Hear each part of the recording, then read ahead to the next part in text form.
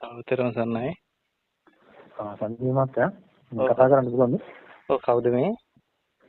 මම මහත්තයා මේ ඉතිරි කතා කරන්නේ අනුරාධපුරේ. ඔව් කියන්න මහත්තයා. මම ගත්තේ මේ මහත්තයා දේශනාවක් කළා මේ කල්යාණ මිත්‍රයෙක් නැතිේ මම මහත්තයා මම කතා කරා ඊට කලින්. ඔව්. දැන් අවුරුද්දකට කලින්. ඔව් මහත්තයා. මහත්තයා කතා ඊට පස්සේ මට සම්බන්ධ වෙන්න බැරුණා. එතකොට මහත්තයාත් එක්ක. ඔව්. ඉතින් අර මට ගති නිමිත්තට අනුව අර මේ ඒක NPT එකත් එවුවා. අර මහත්තයා කියලා දුන්නා සීලේ ඒ සම්බන්ධ. ඔව්. මහත්තයා දැන් මතක නැතුව ඇති. ඔව් මටම ගානක් නෑ මහත්තයා. ඔව් මට දැන් ඉතින් මේ අර දැන් මම දැන් YouTube එකේ වීඩියෝ එකක් දාලා කල්යාණ මිත්‍රයන් අර අතරමඟ නැවතුනහම මේ මොකද වෙන්නේ කියලා අර සැදසුරුන්කට ගහගෙන යනවනේ අර ඒ වගේ මේක අහද්දි මට ටිකක් බය හිතුණා. ඉතින් මම ඒකයි මහත්තයාට කෝල් එකක් ගත්තේ මට නැවත උපකාරයක් අවශ්‍ය නිසා. ඔව් මට ඔබතුමාගේ වතගත පොඩ්ඩක් මතක් කරොත් එහෙම මොකද්ද වුනේ අපිත් එක කොහොමද මේ සාකච්ඡාව සිදු කරේ මේ මට මතක නැහැ දැන් අලුතම කෙනෙක් නම් ඉතින් ගැටලුවක් නැහැ. කතා කරපු කෙනෙක් මම දන්නේ මට මතක නැහැ නේ මහත්තයා ඒවා. ඔව් මම අවුරුද්දකට විතර අවුරුද්දක් විතර. ඔව්. මම මහත්තයාට ගත්තා ඊට පස්සේ මට මහත්තයා කිව්වා මම අර සාමාන්‍ය ඔය ගල්ගම ආන්දරක බණ තමයි ඉව කරකට හිටියේ. ඔව්. ඊට පස්සේ මහත්තයාට කෝල් එකක් කරන් මේ මට ඊට පස්සේ අර මේ ලෝකයේ හදන හැටි ඔක්කොම කියලා දුන්නා. අර BNP එකක් කියන්නේ ගති නිමිත්තට අනුව කොහොමද අපි යන්නේ මේ කිස්සෙක් කාලයට යන විදිය. ඒ විදිය මේ මට BNP එකෙන් මම ලොකු දැනුමක් ගත්තා එතන. ඉතින් මේ මට දැන් මට අර කල්යනා මිත්‍රෙක් නැහැ නේ දැන් මේක වඩා ගන්න හරියට ඉදිරි චුටු ටික වඩා ගන්න ඒ වුණාට මේ මට මහත්යක් උපකාරය අවශ්‍ය නිසා තමයි දැන් මම ගත්තේ. ඔව් කලින් මොකද වුනේ ඒ මග හැරෙන හේතුව? මග හැරෙන්නේ මගේ මං ඊට පස්සේ එක දේවල් වලට මේ පුරුදු වෙන ධර්මයෙන් ටිකක් ඈත් වුණා. ඉතින් මේ මං කසාද බඳලා නැහැ. මට අවුරුදු 32යි මහත්තයා. ඔව්. ඉතින් මේ එතකොට අර මම රස්සාව කරන්නේ අබාන්ස් එකේ. අබාන්ස් මේ කැෂ් එකේ. මේ අන්තර්ගත වැඩ කරන්නේ. ඔව්. ඉතින් මේ මට ඉතින් අර ධර්මයෙන් ඈත් වුණා මම ගොහම. ඊට පස්සේ යාළුවොත් එක්ක පොඩි අර ඒ වගේ විනෝද වෙන්න ගත්තා. කන්ද බොන්න එහෙම මට පාටි වලට එහෙම ගියා. මම ධර්මයෙන් ටිකක් ඈත් වුණා. එහෙමයි. ඊට පස්සේ ඉතින් අර මේ හිත තියෙන්නේ මගේ හිත තියෙන්නේ ටිකක් අර කාම මේක පැත්තට වැඩිද. ඔව්. කසාද බදින්න හොයනවා හිත. ඔව්. ඉතින් අර මේ ඒකට ගොඩක් දැන් තල්ලු වෙනවා. එහෙමයි. එතකොට දැන් ඔබතුමාට ඕනකම තියෙන්නේ මේ කොහොම හරි මෙතනින් ඈතර වෙන්න කල්යාණ මිත්‍ර ශ්‍රේවණිය ලබාගෙන මේ ආයි නිවර්දි මාවතට එන්න ඕන. ඔව් මහත්තයා. ඔව්. එතකොට ඔබතුමාට හරි ඒකට මම උපකාර කරන්නම්. ඒ ගැටලුවක් නැහැ. ඉතින් මේ ඒක මම හැමෝටම උදව් කරන කෙනෙක්. ඔව් මම දන්නවා. ඔව් ඔබතුමාට උදව් කරන්නම්. මේ එතකොට ඔබතුමාට උදව් කරන්න කලින් ඔබතුමාට විච්ච වැඩි ඔබතුමාට තේරෙනවද? ඒක හරිය අවබෝධයකටපත් වෙන්න ඕනේ. නැත්නම් ආයෙ ওই වැඩේ වෙනවා. ඔව් මහත්තයා. ඔව් ඒ විච්ච වැඩේ මම ඔබතුමාට සරලව කියලා දෙන්නම් කොහොමද වුනේ මොකද්ද වුනේ. එහෙම දැන් ඔබතුමාට විතරක් නෙවෙයි මහත්මයෝ. ඔය වැඩේ හැමෝටම සිද්ධ වෙනවා. ඒකට හේතුව තමයි මහත්තයා දැන් යම් විපාකයක් තියෙනවනේ අපිට මේ සංසාරෙම කියන්නේ කර්ම විපාකනේ. ඔව්. එතකොට ඒ කර්ම විපාක දෙන්න මහත්තයා මේ දැන් අපි කියමුකෝ පුණ්‍ය විපාකයක් කියලා. ඒ පුණ්‍ය විපාක දෙන්න මහත්තයා ඒ පුණ්‍යවන්ත පිරිසක් එක්කම කටයුතු කරන්න ඕන. පැහැදිලිද? පැහැදිලි මහත්තයා. ඔව් එතකොට දැන් ඔබතුමාට දැන් මට මතකයි ඔබතුමා මේ අනුරාධපුරේ මටම දැන් චූට්ටක් මතකෙට ආවා. මාතලේ හන්දි. ඔව් මාතලේ හන්දි ඔබතුමා අර ලොකු හොඳ වීරයක් තිබ්බ මුල් කාලේදී මේ විවාහයෙන් තොර වෙලා මේ ආරණ්‍යයක් හොයලා දෙන්නත් කියලා කිව්වා මට. අන්න හරි මහත්තයා. මහත්තයා ඔව්. දැන් හරියට ආවා. ආරණ්‍යයක් හොයලා දෙන්නත් කිව්වා. හොඳ වීරියක් තිබ්බා. ඒ දවස්වල මගෙත් එක්ක එකතු වුණා. වන්න හරි මහත්තයා. ඔව් මහත්තයා. ඔව්. එතකොට මහත්තයා ඒකේ හැටි එහෙම තමයි. මොකද හේතුව මහත්තයා මේ දැන් අපිට මේ පටිසෝතගාමි මාර්ගය මේ නිවන් මාර්ගය තියෙනවනේ. ඔව් මහත්තයා. මේ නිවන් මාර්ගයේ මේ වැඩිවීමට උපකාර කරන පිරිසක් එක්ක ඉද්දී මේ පංචායතනෙන් එන අරමුණු තියෙනවනේ. ඔව් මහත්තයා. ඒ අරමුණු කටයුතු කරන්නේම අර නිවන් මාර්ගයේ වැඩිවීමට පිණිසමයි. ඔව් මහත්තයා. තේරෙනවද? නිතරම කල්යාණ මිත්‍රයා වීරිය කරවන්නේ ඉතින් ඔහොම නිවන් මාර්ගයේ වැඩිවීමට පිණිසමයි. එතකොට ඒ කාලය තුලදී මහත්තයා මේ අර වෙන කාම නිමිති තේරෙනවද? එතකොට මත්පැන් මත්ද්‍රව්‍ය පාවිච්චි කරන ඒවා, ස්ත්‍රියවන් පාවිච්චි කරන ඒවා. එතකොට විවාහ කටයුතු වලට ඉඩ නැහැ. ඒ ඉඩ එන්නේ නැහැ. මොකද හේතුව ඔබතුමාගේ ජීවිතයට එකතු වෙන්නේ අන්න අර වගේ පාරිශුද්ධ දේවල්. නිරන්තරයෙන් එකතු වෙන්න ගන්නේ දැන් ඒ වගේ අර භාග්‍යතුන් වහන්සේ ඉන්න පැත්තට බර දේවල් ටික. එකතු වෙන්න ගන්නවා ජීවිතේට. මේ ওই විදිහට කාලයක් එකතු වෙනකොට දන්නේම නැතුව අර භාග්‍යතුන් වහන්සේගේ පාර පැත්තට බර වෙනවා. පැහැදිලිද? පැහැදිලි මහත්තයා. ඔව්. එතකොට දැන් අපේ සසර කර්ම විපාක තියෙනවනේ. ඔව් මහත්තයා. ඔය කියන්නේ අර කම්මං දල්ලං කරෝති කියලා. කර්මයේ දැඩි වූ කරන්න දෙයක් නැහැ කියලා කියන්නේ. එතකොට මෙන්න මේ වෙලාවේදී තමයි මහත්තයා කල්යාණ මිත්‍රයාගෙන් ඈත් කරන්නේ. හිත. එතකොට මේ කල්යාණ මිත්‍රයන් ඈත් වුණ ගමන් පංචායතනයේට එන්නෙම කාමභෝගී දේවල්. තේරෙනවද? වීඩියෝ එකක් YouTube channel එකක සර්ච් කරත් එන්නේ කාමභෝගී දේවල්. එතකොට ඒකෙන් බර වෙලා අර Taman දන්නේ නැතුව එතකොට ඔබතුමා කියවනේ විවාහ වෙන මට්ටමටම හිත එන්න පුළුවන්. ඔව් මට කියන්න මහත්තයා මම වැඩ කරන තැන එක ඉන්නවා ගෑල්ලා එයාට ගොඩක් අර හිත ගිහිල්ලා කැමැත්ත. ඔව්. ඉතින් යාගෙන් මම අහන තත්ත්වෙට පත් වෙලා. ඒ කියන්නේ හිතේ දැඩි කැමැත්තක්. ඒක තමයි. ඒ බලන්න ඒ තරම් හිත අසරණ කරගත්තා කියන්නේ අර කාම නිමිති. ඔබතුමා හොඳ වීරයක කලින් අපිත් එක්ක හිටියානේ. ඔව් මම මහත්තයාට ගත්තේ බැරිම තැන මට ඕක මේ අර YouTube එකේ තියන වීඩියෝ ගහලා මම විතරම තමයි මට හිතුනේ මහත්තයාගේ උපකාරය අවශ්‍යමයි කියලා. නැත්තම් මට යන්න වෙන්නේ සතරටමයි සතර පායට යන්න වෙන්නේ.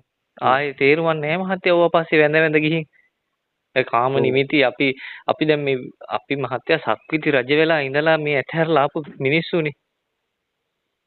නේද? අපි ඇත්ති තරම් ওই කාමයේ භුක්ති විඳින්නනේ. නේද? ඔව් මහත්තයා. ආයි වෙන අපිට භුක්ති විඳින්න කාමයක් මේකේ තියෙනවද? නේද? ඒ වුණාට බලන්න අපේ කර්ම විශේෂය හරියම භයානකයි. ඒක විශ්ින් අපිට නිර්මාණය කරලා දෙන විදිහ මේ අර දේවල් වලට හිත යොමු වෙන්න. නේද? ඔව්. ඒ දේවල් වලට හිත යොමු වෙන්න නිර්මාණය කරලා දුන්නාම පස්සේ ඒකම හිත ඉල්ලනවා. ඔව් මට රැට නිින්දක් නෑ මහත්තයා. ඒ ගියා ගැන තමයි හිතෙන්නේ උදේ නැගිටකම. ඔව්. ඉතින් ඒ වගේ අර කාම සිතිවිලි ගොඩක් එනවා. එතකොට අපි ඒ වගේ ඈත් වෙන්න ඕන මහත්තයා. අපි බුදුරයන් වහන්සේගේ පැත්තට හිත නැඹුරු වෙන්න ඕන. බලන්නකෝ මේ කොහෙවත් තියෙන කුණු ගොඩක් ජරා ගොඩක් හින්දා බලන්න මෙච්චර පාරිශුද්ධ වූ බුදුරයන් වහන්සේ අපේ හදවතින් අයින් කරගන්නවා කියන්නේ අපි. ඔව්. නේද? බුදු කෙනෙක් අපේ හදවතේ තිබ්බ භාග්‍යතුන් වහන්සේගේ තිබ්බ ශ්‍රද්ධාව, භාග්‍යතුන් වහන්සේගේ සීලේ තිබ්බ වටිනාකම ඒවා නැති කරගන්නවා කියන්නේ ඉතින් අපි කොච්චරනම් මෝඩද? නේද? දැන් ඔබතුමා අවුරුද්දක් බලන්න අපරාධ කාලයක් මගෙත් එක්ක හිටියා නම් නේද? අද එහෙනම් හොඳ තැනකට කොච්චරනම් දියුණු වෙලා මේ ධර්මයේ හොඳට කටයුතු කරගෙන මේ අපරාධ කාලයක් ගෙවුණානේ. කමන්නේ. ඒකත් අපි ජීවිතේට ලැබූ නව අත්දැකීමක් කියලා හිතන්නකෝ. ඔව් නැත්තම් ඔය අත්දැකීම ඔය අවබෝධය එන්නේ නැහැනේ. ඔව් මහත්තයා. නේද? අපිට ජීවිතේ මහත්තයා මේ නවතින්න තැනක් එනවා. ඒ කියන්නේ ටර්නින් පොයින්ට් එකක් තියෙනවා කොතනක හරි. අපි ඔව්. කොච්චර උත්සාහ කරත් ඒ තැන එනකන් ඉන්න ඕන. ඔව් මහත්තයා. තේරෙනවද? ඉතින් මම තේරුණා. හරි කැමතියි මම වැඩිපුරම කාන්තාවන්ට මේ මාර්ගයේ වැඩිමුට උදව් උපකාර කරනවා වගේම කාන්තාවන්ට වැඩිය මම කාන්තාව 10කට මේ මාර්ගය කියා දෙනවට වැඩිය මම එක පිරිමියෙක්ට මේ කියා දෙන්න ආසයි කැමතියි. හොඳයි මහත්තයා. විශේෂයෙන්ම විවාහ වෙච්ච නැති ඔබතුමාලා වගේ පිරිස මේ බුද්ධ ශාසනයට ඕන. ඔව් මහත්තයා. තේරෙනවද? මොකද තේරුණා. නිදහස්නේ ඔබතුමාලා. ඒතකොට භාගතුන් වහන්සේගේ මේ බුද්ධ පණිවිඩය දරා ගන්න පුළුවන් එකම සුදුසුකමක් ඕක. විවාහ නොවීම. තේරෙනවද? ඒ වාසනාව ඔබතුමාලා තාමත් තියාගෙන මම නම් කැමති නැහැ ඇත්තටම ඔය කුණු ගොඩවල් පස්සේ මේ දුවන්න දෙනවට. දුව වනවට කැමති නැහැ. මම නම් ඇත්තටම Brahmachari කටයුතු කරන්න කැමති. මම උපදින තව එක ආත්මයක් හරි ඇත්නම් ස්ත්‍රියාවගේ අතකින්වත් අල්ලන්න නොලැබේවා කියලා තමයි මගේ අදිෂ්ඨානය. ඉතින් මගේ අදිෂ්ඨානය ඒකම නම් මම ඔබතුමාලාට ආශිර්වාද කරන්නේ ඒ විදිහමයි. ඔව් මහත්තයා. තේරෙනවද? ඇයි හේතුව? මේ විමුක්ති මාර්ගයේ මේ බුදුරයන් වහන්සේගේ බුද්ධ පණිවිඩයේ එක තප්පරයක් හරි බාධාවක් ඔය ස්ත්‍රියාව කියන එක. ඔව් මහත්තයා. පැහැදිලිද? පැහැදිලි මහත්තයා. ඔව් ඒක නිසා හොඳට මතක තියාගන්න. මම නෙවෙයි කල්යාණ මිත්‍රයා. සීලය ගැන යම්කිසි කෙනෙක් කියලා දෙන්නේ නැත්තම් සීලේක වටිනාකමක් කියලා දෙන්නේ නැත්තම් වැඩක් නැහැ සිල් රැකලා අපි කාමභෝගීව හැසිරෙන්න ඕන. මේ ජීවත් වෙන පුංචි කාලය තුලදී අපි මේ සතුටින් ඉන්න ඕන කියලා කියනවනම් ඒ කෙනා කපා හරින්න ඕන. පැහැදිලිද? පැහැදිලි මහත්තයා. එතකොට දානේ දීලා වැඩක් නැහැ කියලා කවුරු හරි කියනවා නම් ඒ කෙනා ඇසුරු කිරීමට සුදුසු නැත. තේරෙනවද? තේරුණා මහත්තයා. ඔව් එතකොට භාවනා කරන එක මේ නිවන් මාර්ගයේ බුදුරන් වහන්සේ නම පහළ වෙලා ඉන්නවා. මෙන්න මේ වගේ පටිශෝධ මාර්ගයක් භාග්‍යතුන් වහන්සේ දේශනා කරලා තියෙනවා. මෙන්න මේ මාර්ගයේ අපි ගමන් කරන්න ඕන කියලා මෙන්න මේ වගේ උපදේශ අනුශාසනා දෙන්නේ නැත්නම් කෙනෙක් ඒ කෙනා ඇසුරු කරනවට වැඩිය හොඳයි බෝම්බයක් මේ ළඟ නිදාගන්න එක. තේරෙනවද? තේරුණා. දැන් වයස තියෙනවා ඉස්සරහට ඔයාගේ අනාගතය වෙනුවෙන් කටයුතු කරන්න ඕන විවාහ වෙන්න ඕන. තව ඉස්සරහට ඔයාට හොඳ කාලයක් තියෙනවා. දැන් දුක් විඳ ඇති මෙන්න මේ වගේ කටයුතු මේ පංචායතන හරහා දෙනවනම් එයා ඇසුරු කරනවට වැඩිය හොඳයි බෙල්ලට තොණ්ඩුවක් දාගෙන පනින්න ඕන. මොකද එයා අපිට මේ නිවන් දකින්න නෙමෙයි උදව් කරලා තියෙන්නේ. ඔව් එයා සසරට සසර යන්න මේ උදව් කරලා තියෙන්නේ. ඔව් මහත්තයා. පැහැදිලිද? ඔව්. ඔව් එතකොට ඔබතුමා ගත්ත තීරණය හොඳයි. අවුරුද්දකින් හරි කමන්නේ මේ ඔය ගත්ත තීරණය ගැන මම සතුටු වෙනවා. වහා දැන් ඔබතුමාට විවේකයක් තියෙනවා නම් අද හවස හරි කමන්නේ රුවන්වැලි මාසයයට ගිහින් ඔව්. මල් ටිකක් පූජා කරලා සිල් සමාදන් වෙලා පංචශීලයේ සමාදන් වෙලා උතුම් බුදුරයන් වහන්සේලාට ධම්ම රත්නයට සංඝ රත්නයට අනන්ත සංසාරේ පටන් මට මේ නිවන් මාර්ගයේ වඩන්න උපකාර කරව ගුරු දේවත්වයන් වහන්සේලාට මා හැදු වැඩ උදව්පියන්ට එතකොට මාවට ඉන්න කවුරු හරි කමන්නේ මේ මිනිස්සෙකුට තිරිසන් සතෙකුට එතකොට දිව්‍ය තලවල ඉන්න දේවයන් වහන්සේලාට බ්‍රහ්ම තලවල ඉන්න බ්‍රහ්මයන් වහන්සේලාට දැන හෝ නොදැන හිතින් කයෙන් වචනයෙන් වැරදි වෙලා තියෙනවා නම් සමාව භජනය කරගන්න. එතකොට සංසාරේ පුරාවටම ආර්ය උපවාද අකුසලයක් වෙලා තියෙනවා නම් සමහරට ඔය වගේ නිමිති ඇවිල්ලා ඔයගේ සැඩ සුළඟට ගහගෙන යනවා වගේ යන්නේ මහත්ය ආර්ය උපවාද අකුසල් ඇති. ඒ වගේ දේවල් ඇති. ඒවා කමා කරගෙන නිවර්දි කරගන්න. එතකොට අදිෂ්ඨානයක් කරන්න බුදුරයන් වහන්සේ ඔබ වහන්සේගේ මේ මාර්ගය මම ගමන් කරනවා. මොන බාධකාවත් මම ගමන් කරනවා. භාගතුන් වහන්සේ ඔබ වහන්සේ ඇස්මස්ලේ දන් දීලා තියෙනවා අපි උනේ මේ සංසාරේ. ඔබ වහන්සේ ඒ ලබාගත් ධර්ම ඥානය මම කොහොම හරි වඩා ගන්නවා. මට සුදුසු කල්යාණ මිත්‍ර ශ්‍රේවණේ නිරන්තරයෙන්ම ලබා දෙන්න කියලා අදිෂ්ඨානයක් කරන්න. අදිෂ්ඨානයක් කරලා අපිත් එක්ක මේ නිරන්තරයෙන් සම්මුඛ වෙන්න. දැන් ඔබතුමාලට අපි පිටායේ නෙවෙයිනේ. ඒ කියන්නේ කාන්තාවකුත් නෙවෙයිනේ මම. ඒ ඔබතුමාලට විශේෂ chance එකක් තියෙනවා. මොකද මට ඕන වෙලාවක ඔබතුමාලට කතා කරන්න පුළුවන්. ඕන රැයක කතා කරන්න පුළුවන්. රැය 12ට හරි කමන්නේ කතා කරන්න පුළුවන්.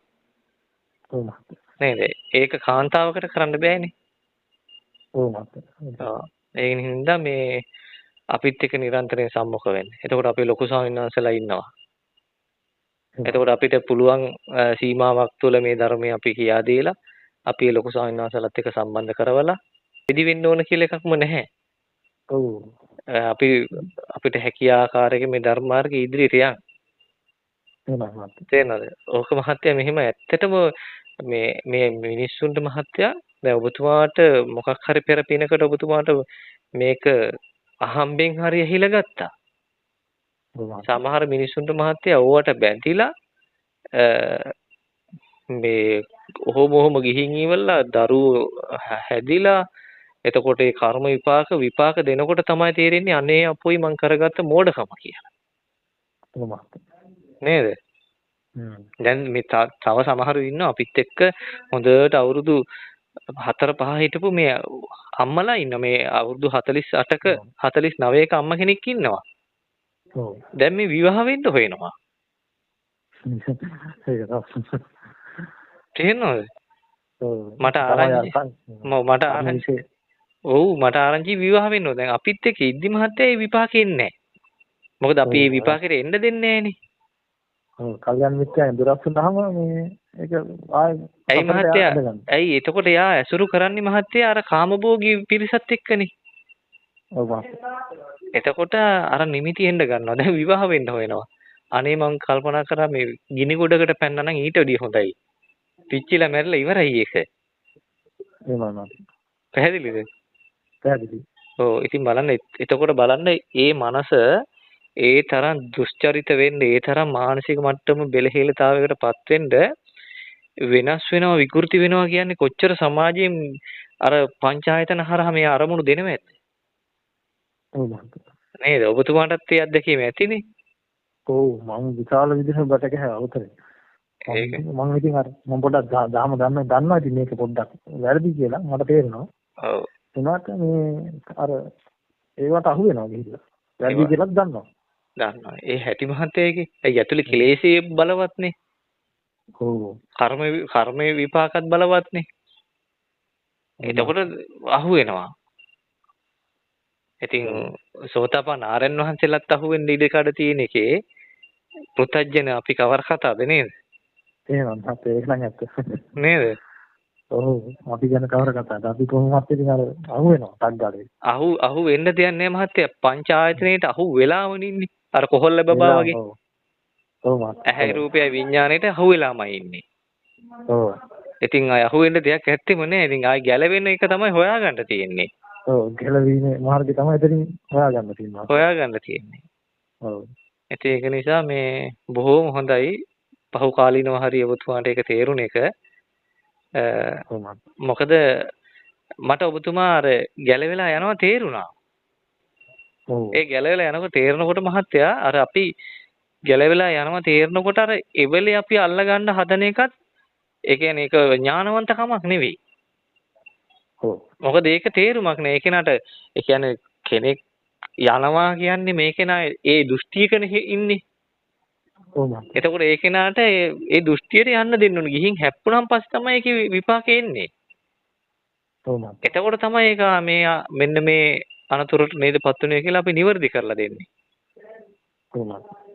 ඉතින් ඒ වෙනකොට අපරාධ දැන් ඔබතුමා බලන්නකෝ දැන් ඔබතුමාගේ දැන් කමන්නේ දැන් නිවැරදි විච් එක හොඳයි. දැන් ඔබතුමා නිවන් දැක්කේ නැති වුණොතින් ඔය අවුරුද්දක් ඇතුළත රැස් කරගත්ත කර්ම ඔව් මං දැන් මොන කතාවද ඉඳ තියෙනවා. කියන්නේ වෙනත් ඉඳ තියෙනවා. ඒවත් එක්ක ඉතින් සම්බන්ධ වෙනවා තවත් ඈත් වෙන එක තමයි වෙන්නේ. තවත් බන්ධනයකට තවත් අහු වුණා. අහු වෙනවා. ඔව්. ඒතකොට බලන්න ওই අවුරුද්ද ඇතුලේ ඔබතුමා ඒ උපාදානය කරගත්ත කර්ම වලට විපාක එහෙමයි. ඒ ධර්මයත් එක්ක හිටියනම් ඕක වෙන්නේ නැහනේ.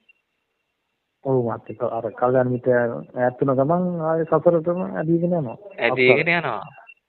ඔව්. හරියට නිකන් මම අර උපමා කරන්නේ මේ අර උඩු සුළඟට අහුවෙච්ච සරුංගලයක නූල කැඩුනොත් මොනවා වෙයිද? කොහේ ආවිද? ඔව්. කොහෙ යන්නේ කියන්නේ මහත භයානක. හිතන්න බෑ ආදී. කොහේ ආවිද? කාගෙන් පිළිසරණද කියන්නේ මහත්තයා? ඔව් මහත්තයා ඒක නෑ. නේද? ඔව්. කිසිම කෙනෙක්ගේ පිළිසරණක් නැහැ මහත්තයා. ඒ කියන්නේ මේක අපිට ඥාති ඉන්නවා, අම්මා ඉන්නවා, අපේ සහෝදරයෝ ඉන්නවා, යාළුවෝ ඉන්නවා, මේ කාගේවත් මහත්තයා පිළිසරණක් නැහැ. නත්ති මේ සරණං අඤ්ඤං බුද්ධෝ මේ සරණං වරං. නත්ති මේ සරණං අඤ්ඤං ධම්මෝ මේ සරණං වරං, නත්ති මේ සරණං අඤ්ඤං සංඝෝ මේ සරණං වරං. බුද්ධ ධම්ම සංඝ යන ත්‍රිවිධ රත්නයේ පිහිට ආශිර්වාදී විතරමයි අපිට මේ සසරෙන් එතර වීමට තියෙන්නේ. එහෙමයි නේද? තේරෙනවද? අපි ජීවිතයට ළඟා කරගන්නවා නම් අපි ළඟා කරගන්න ඕන ඔය තුන්දෙනා හැර වෙන නම් කිසිවක්ම නොවේ. එහෙමයි. පැහැදිලිද? පැහැදිලි. අනිත් දේවල් අපි සංසාරේ ඕන තරම් ළඟා කරගෙන තමයි මේ දුක් විඳින්නේ. එහෙමයි. ඔව්. එහෙනම් අපි ඔන්න ඔබතුමාට මම කියා දුන්නා මේ සසරේ භයානකම කියා දුන්නා. අපි ඇසුරු කරන්න ඕනේ සීලය ගැන කියා දීලා මේ කාමභෝගී ජීවිතය වලින් ඈත් වෙන පිරිස ඒකේ වටිනාකම කියා දෙන අයයි දානය ගැන කියා දෙන අයයි භාවනාව ගැන කියා දෙන අයයි තමයි අපි ඇසුරු කරන්න ඕනේ. කියන්නේ පටිසෝතගාමි මාර්ගයේ ගමන් කරන පිරිස. ඔව්. මෙන්න මේ අය හැර අනිත් අය දුරස් කරලා තියන්න ඕන. ඒ කියන්නේ කායිකව අපිට දුරස් කරන්න බැරි අපි ගෙවන ජීවිතේ එක්ක. හැබැයි අපි මානසිකව දුරස් කරන්න ඕනේ අය. තේරෙනවද? අපි වැඩපොළ කරනකොට ඒ අය අයින් කරලා ඉන්න බෑනේ අපිට. ඔව් ඒක අමාරුයි. ඒක අමාරුයිනේ. හේවුනොත් එහෙම අපි ගැටෙනවනේ මේ තැන්වලදී. ඒ වුණාට අපි මානසිකව දුරස් කරන්න ඕනේ. එතකොට මේ මානසිකව දුරස් කරන වැඩපිළිවෙල අපි හදා ගන්න ඕනේ. කොහොමද? පැහැදිලිද? පැහැදිලි මත. ඉතින් ලොකු දෙයක් ඔබතුමා මට ආයෙත් ඔබතුමාට මතක් කරන්න ඕන. ඔබතුමාට ඉතින් මාක් හරි සංසාරේ පෙර පිනක් තිබිලා ආයෙත් අපිට කතා කරන්න හිතුණා. ඒ ධර්ම සාකච්ඡාව යන්නේ නැත්තේ ඔබතුමා වෙනුවෙන්ද දන්නෙත් නැහැ. ඔව් මම දැන් මාතර කතා කරන විනාඩි 10කට පස්සේ තමයි ඒක බැලුවේ YouTube එකේ. ඉතින් මේ පණිවිඩය ඔබතුමා අරගෙන මේ භාග්‍යතුන් වහන්සේගේ මේ අඩිපාරේ ගමන් කිරීමට ආයෙත් පැමිණීම ගැන අපිට සතුටුයි. ඉතින් ඒක ගොඩක් වැඩි දියුණු කරගන්න මට හැකි විදිහට මම අනිවාර්යෙන් මගේ මේ අවසාන හුස්ම පොද නවතිනකම් මම උදව් කරනවා. ඒ කියන්නේ මට කිසිම ලාභ සත්කාර ප්‍රශංසාවක් කීර්තියක් අවශ්‍ය නැහැ. ඒවා කිසිවක් බලාපොරොත්තුෙන් අපි මේක කරලත් නැහැ. අපිත් එක්ක ඉන්න අය දන්නවා මම ඒවා බලාපොරොත්තු වෙලත් නැහැ. මම ගන්නෙත් නැහැ ඒවා. තේරෙනවද? ඒක නිසා මට ඕනකම තියෙන්නේ මං මේ සැනසීමකින් ඉන්නවා.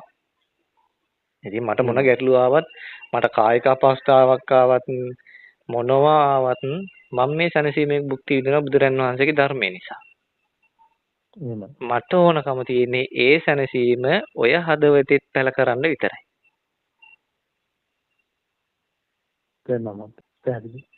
ඔන්න ඔච්චරමයි ඕනේ. වෙන කිසිවක් බලාපොරොත්තු වෙන්නේ නැහැ. බුදුරන් වහන්සේ බලාපොරොත්තු වෙච්ච ඇත්තයි. බුදුරන් වහන්සේත් උන්වහන්සේ ධර්ම අවබෝධයට පත් කරගෙන උන්වහන්සේගේ හදවතේ තිබ්බේ හැඟීම ඒ පාරිශුද්ධ ස්වභාවයේ නිවීම අනිත් හදවතේ පැල කරන්නේ කොහොමද කියලා හෙව්වේ. තේරෙනවද? ඉතින් ඒකට කල්යාණ මිත්‍ර ඇසුර ඊටමත් වටිනවා. කල්යාණ මිත්‍ර ඇසුර ඕනමයි. කල්යාණ මිත්‍ර ආශ්‍රය ලබා ගන්න ඕනමයි. ඒක පෙර පිනක් තියෙන්නත් ඕනේ. අවංකත්වයේ මත ඒක ලැබෙන්නේ. පැහැදිලිද? පැහැදිලි මත. ඉතින් ඒකට වැඩපිළිවෙල අපි කරමු. මේ මම ඔබතුමාට එහෙනම් අද ඉඳන් අපි සාකච්ඡා ටික කරගෙන යන් ඉස්සරහට. හොඳයි මහත්තයා. ඒකදී අර වෙනද වගේම රැකියාව කිසිම ගැටලුවක් නැහැ. අඳින ඇඳුම පැළඳුම කිසිම ගැටලුවක් නැහැ. ගන්න ආහාරයේ කිසිම ගැටලුවක් නැහැ. හොඳයි මහත්තයා. එතකොට ඉන්න පළාත කිසිම ගැටලුවක් නැහැ.